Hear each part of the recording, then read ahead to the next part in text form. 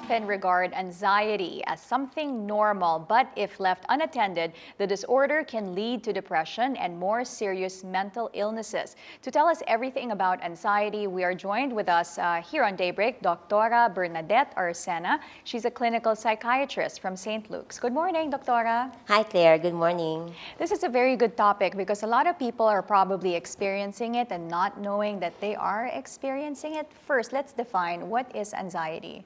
Anxiety is something that it creates in you a lot of symptoms, like you feel worried, you feel very anxious. At times you would feel physical symptoms such as having those palpitations. So those are the symptoms. What other physical symptoms comes with anxiety? There's always a feeling of being agitated, feeling edgy, and at times you would feel that you are gonna die.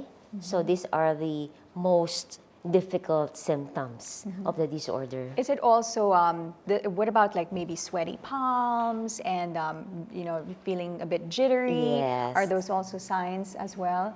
As if you feel like you're something like jelly-like. Jelly-like. Yes. Yeah, nanghihina the Nanghihina, tuhod or something and like then- that. Okay, now when does anxiety become a problem? It becomes a problem if it disrupts work and you could not function anymore, and almost every day you have this kind of symptoms. So you're trembling, you're having some form of sweaty feeling, and at times you fear, the fear is really feeling of death, and those are the difficult symptoms. And what do you think are the causes of anxiety? Because some people might be saying that it could be a weakness of character, or some are saying that maybe poor upbringing, or something to do with the way the person is. But what really are the causes? What makes a person anxious, or how does it Yeah. lead to anxiety? Claire, actually, it's not a sign of weakness of character. Hindi siya panghihina. Rather, it is a problem with the circuitry in the brain, and then the problems in the neurotransmitters. If there's a decrease in the serotonin levels, which is one of the most common problems.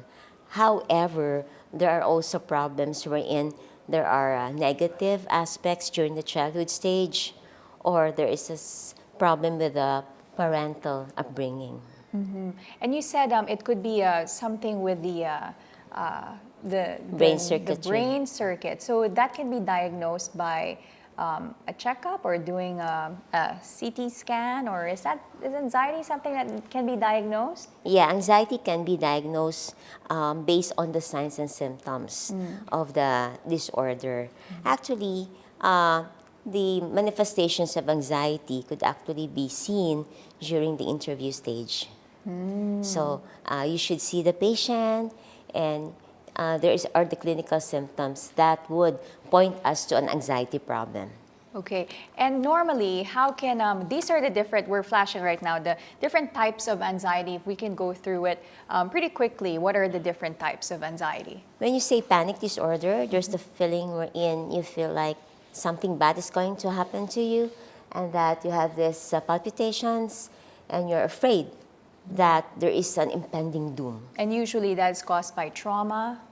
Trauma, well, we have the acute stress disorder, or what we term as the post-traumatic stress disorder. There is usually an event That leads to that. leads to that. Okay, and what else are the other types of anxiety? We have the social phobia, wherein you would become afraid of talking to other people or in front of the public. We term it as parang shy in public, and at times you're so scared When they have to go on attend stage. or when they have to attend a party or a social gathering, they become all of a sudden Yes, frightened. especially if it is their time to talk. Okay. So they become jittery about it. They become jittery. That is social phobia. Social. What else are the most common types of anxiety disorder that We you also see? have specific phobias.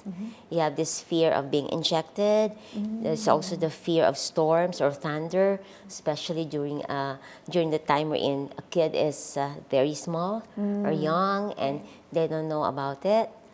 There's also the fear of being in crowded places, there's agoraphobia, or what we term as claustrophobia for closed spaces. Now, how do you treat your patients? How do people with anxiety disorders get treated? If it is already on the stage wherein it is disrupting the functioning of the individual, they should be treated in a In form what of way? giving medications, and we have the psychotherapeutic sessions. We have to understand what is the conflict, try to focus on how we can help strengthen, and also the weaknesses to be improved. Is there a specific group in society, in the community, that are more prone to anxiety disorders? Females are more prone to anxiety. Worry warts. Well, Because we have a men lot worry of less. responsibilities also, and we have our hormonal imbalances at times. True. And we go into pregnancy and a lot of life-changing situations. So women, female. What about occupations, people in different professions? Who are the most prone to this disorder? Actually, if you see it, these are also prone to people who are workaholics, who have a lot of responsibilities, and although it does not choose what type of occupation you have, however, it is seen more on the type A personality of a person, the one who are go-getters. Yeah. Okay, now if you're experiencing and you know that you have some form of anxiety disorder, maybe mild anxiety disorder, and you don't want to go through medication, are there other ways to alleviate anxiety? Well, it would be better if on the initial stage that treatment should be given because of the fact that we do not want to go into the outmost stage wherein you have to be treated. So on the mild stage, let's have it right there, be given consults so that it would not last for a long period of time. So definitely consult a doctor Yes. and go from there, right? Now, Yes. there's also an article in New Zealand which states that some children as young as 8 years old are afflicted by this kind of disorder. Is that true? Yeah, for phobias such as thunder and the other environment type of phobias, children are more prone to that.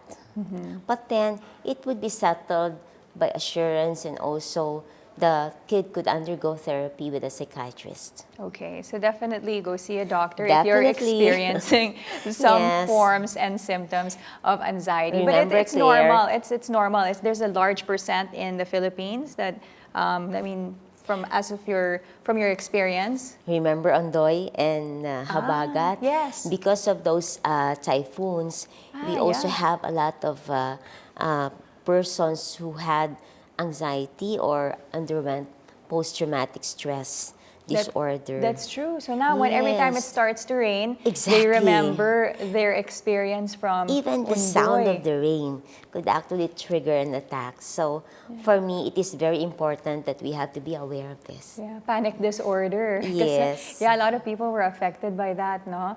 So Especially if there's really trauma or the loss of a lot of properties, yes, that's or a true. loss of a loved one. Yes. Those are traumatic experiences. Well, Dr. Babes, thank you so much you for so coming much, in to Claire. chat with us this morning. Yeah, enjoy. Thank you so much. Thank you.